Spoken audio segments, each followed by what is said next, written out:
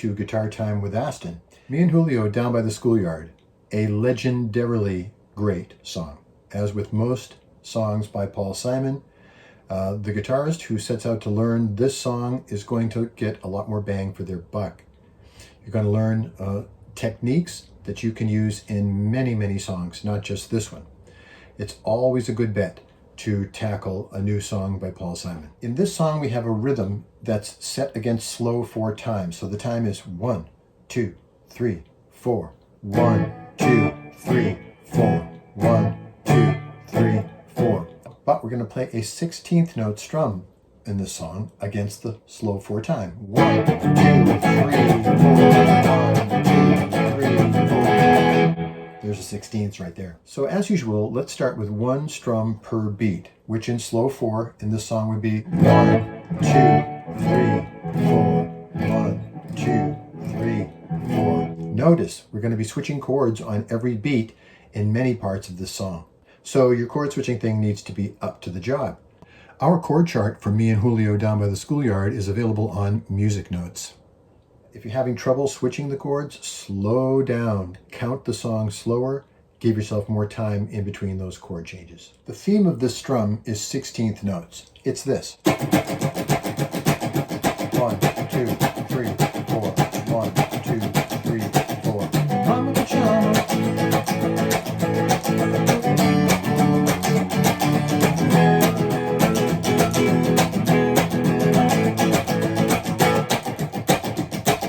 The right hand can pretty much just be on autopilot with 16th note rhythm, 16th note movement.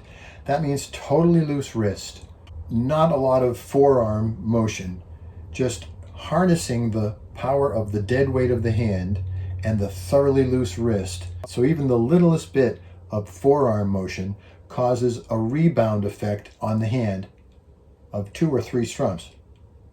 So we power the strum with the forearm, but just ever so slightly, and we maximize the loose wrist and the dead weight of the hand. So like this. So we have very little motion from the forearm, certainly not from the elbow. It's the loose wrist and the dead weight of the hand powering the strum. And we can go 16th note motion. Now when you do that, but just like what happened to me, the pick's going to want to fly out of your hand. So it's going to be a delicate dance between holding the pick tight enough not to drop it and yet loose enough to get a natural sound on this strum. You don't want to be holding the pick too hard. You don't want this. You want a flexible, loose feel to the pick. Here's slow motion.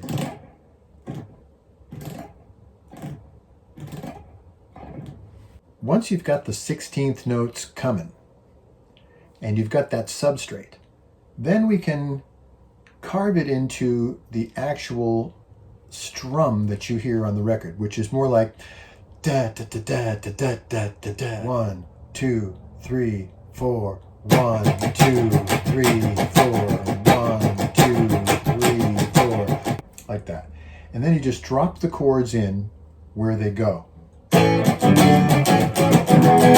You might have noticed when I was playing this part that I'm also doing a great deal of muting. For more information on muting, check out my video on muting the strings. The easiest chords to mute are bar chords, because to mute them all you have to do is stop squeezing them. Let go and they stop. In first position that's a little harder because you're only fingering 2 or 3, sometimes 4 strings. There's always some open strings that keep sounding after you stop squeezing.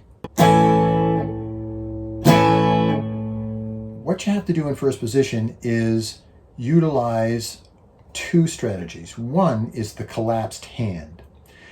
Take the G chord, for example. When you're playing the G chord and you collapse your fingers, they silence all the strings. Because the G chord encompasses 6 to 1, all 6 strings. But say you're playing a D chord and you collapse your hand. It doesn't help much because there's strings ringing out that you weren't touching.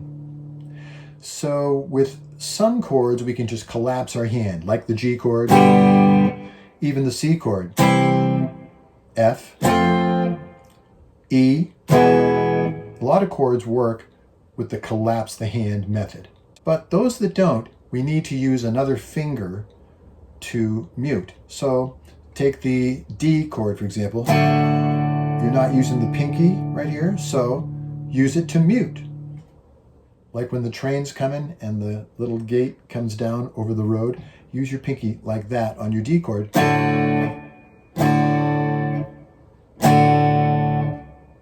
And you can mute the chord wherever you want it. Let the chord ring out as much as you want and then mute it. Or, in this song, in first position, we're going to be muting the D chord that way.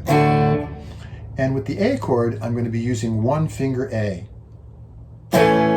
It's the same as three finger A, but with one finger. And we don't want to make that our default A because that'd be lazy, but we do use it when we're in a hurry to get from one chord to another.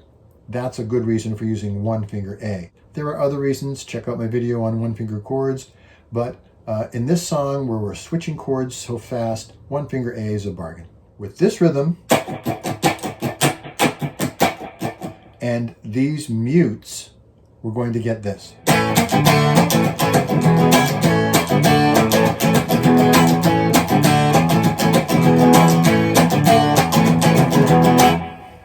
On the verse, where we have a lot of A, I'm using my other fingers to mute.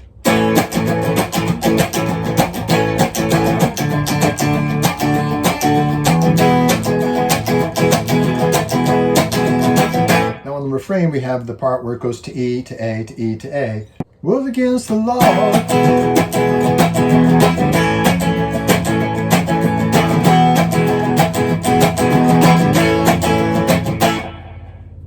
I like to do a little first position pinky technique here sometimes.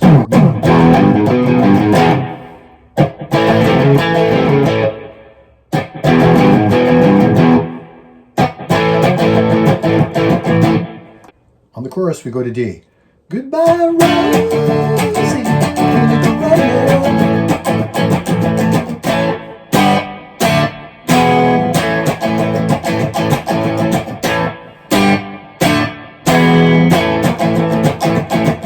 Or if you want to get a little more involved,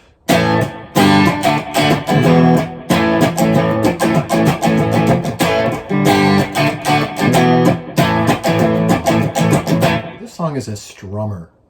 And whenever you get a strummer, it's, number one, always a lot of fun because there's a lot of activity involved in the playing of the guitar with a strummer. You're strumming a rich full strum, 16th note motion, and it employs a lot of nice techniques like muting with both hands and accenting with the rhythm hand, the pick hand.